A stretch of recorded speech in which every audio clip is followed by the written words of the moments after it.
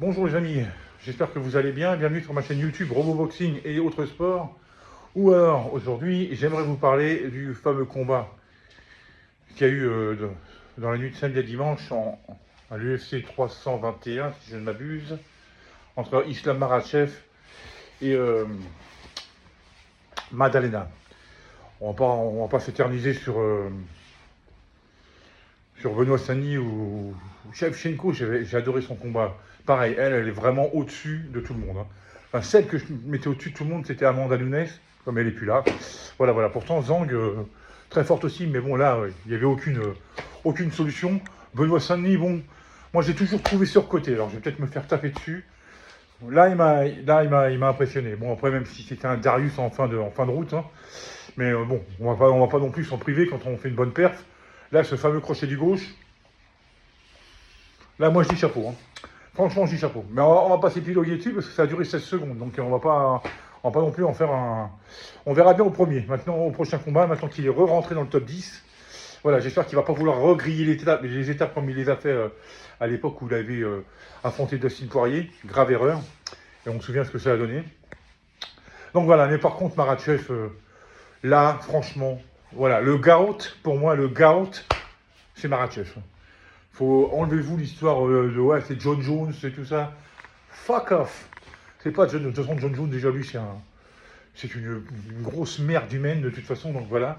Bon, je vais essayer de ne pas être trop vulgaire, mais moi, je me retiens pas, de toute façon. Non, parce que sinon, après, ma vidéo, elle risque d'être mise à la poubelle. Mais Makhachev, alors là, Makhachev, c'est simple, il fait ce qu'il veut. Il décide de ce qu'il veut. Il a envie d'aller au sol, il va aller au sol, de toute façon, c'est son point fort, mais debout. Parce que Madalena avait dit, de toute façon, je vais le pourrir. Il a une bonne boxe anglaise, hein, Madalena. Ça vaut pas Topuria, qui pour moi a la meilleure anglaise, toute catégorie confondue au niveau de l'UFC. Mais Madalena, c'est vraiment pas mal du tout. C'est vraiment pas mal du tout. Et quand Makhachev décidait de... Bon, bah tiens, au début du deuxième round, tiens, je vais rester 2 minutes 30 debout. On va voir ce que tu veux faire avec des super déplacements et tout. Super retrait du buste, le petit pas en arrière pour éviter les contres et tout. Voilà, et puis en plus, quand tu t'es dit, bon, bah maintenant, on va aller faire un petit tour au sol, on va voir comment il se débrouille, le garçon. Bon, bah au sol, il fait ce qu'il veut. Hein. Il fait ce qu'il veut. C'était un combat millimétré, dominé de la tête et des épaules de A à Z, de Z à A, en long, en large et en travers, parce que vous voulez. Il faut quand même pas oublier que Makhachev, il s'entraîne avec Khabib Nurmagomedov, invaincu avant lui aussi. Enfin, avant lui, ouais, c'est ça, invaincu. 29-0. Légende du Daghestan. Et puis même, le mec, une terreur. Mais je me demande si Makhachev n'est pas plus complet que Khabib Nurmagomedov. En tout cas, debout, les meilleurs. Debout, les meilleurs. Et, enfin bon, bref, si vous vous entraînez avec un mec comme ça, avec des mecs comme ça, au Daghestan, les mecs, comment qu'ils s'entraînent, avec des ours et tout ça, voilà, à mon avis, ça rigole pas. Hein. Là, si vous allez là-bas et que vous espérez faire un camp d'entraînement genre vacances, là, je crois que vous avez pas bien compris. Seulement, voilà le résultat. Voilà le résultat. Parce que toute la famille hein, de Khabib, les mecs, c'est des bêtes. Hein, ils sont dans le top 5, top 3. Donc, moi, je vois pas qui. Alors, beaucoup, évidemment, beaucoup aiment, comment dire, ont l'idée de dire, ouais, si on faisait le combat du siècle. D'ailleurs, j'ai revu encore une photo tout à l'heure sur TikTok, me semble-t-il, ou sur Insta. L'affiche opposant Islam Makhachev à Ilia Topuria. Moi, je dis, évidemment, c'est une super affiche. Évidemment, moi, le premier, je me lèverai la nuit pour voir cette affiche, pour rien au monde. D'ailleurs, pour qui je serais prêt? J'adore les deux. Bah, ça sera pareil, ça sera démerdez-vous que le meilleur gagne. Hein, parce que là, à un moment donné, moi, je sais plus. Mais pour être tout à fait objectif, je ne vois pas comment, à part debout, hein, à part debout, parce que debout, c'est le meilleur. Hein. Topuria, Makhachev est très bon, mais non, là, mais, moi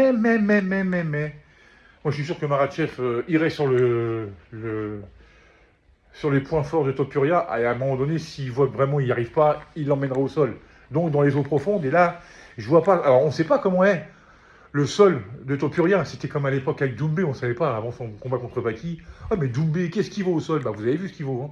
Ah ouais, ah, vous l'emmenez au sol, mais il revient, il se relève très vite.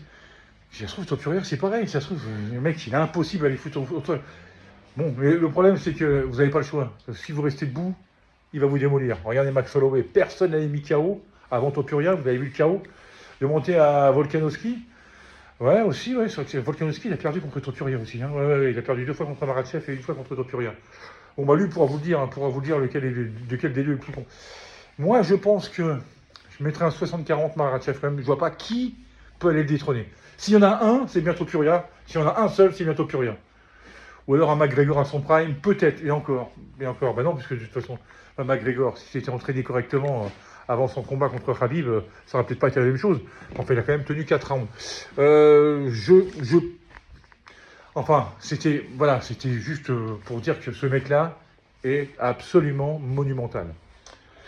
Sinon, qu'est-ce qui s'est passé ce week-end? Il y a eu le combat revanche numéro 2 entre Chris Eubank Jr.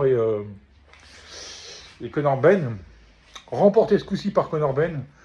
Alors, j'ai pas vu le combat en direct parce que moi je mets plus 25 €. Enfin, pour ce combat-là, j'aurais pas mis 25 € dans le pay-per-view de DAZN, qui sont pour moi des gros voleurs parce que déjà, quand on paye l'abonnement.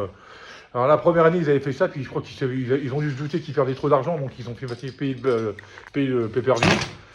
Donc, je me suis dit, je vais pas mettre 24,99 € pour ce combat-là.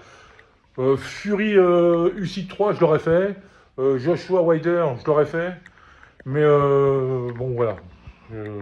Non. Donc je me suis dit, je vais le regarder en différé. Alors, c'était moins la bagarre, ça faisait moins. C'était moins,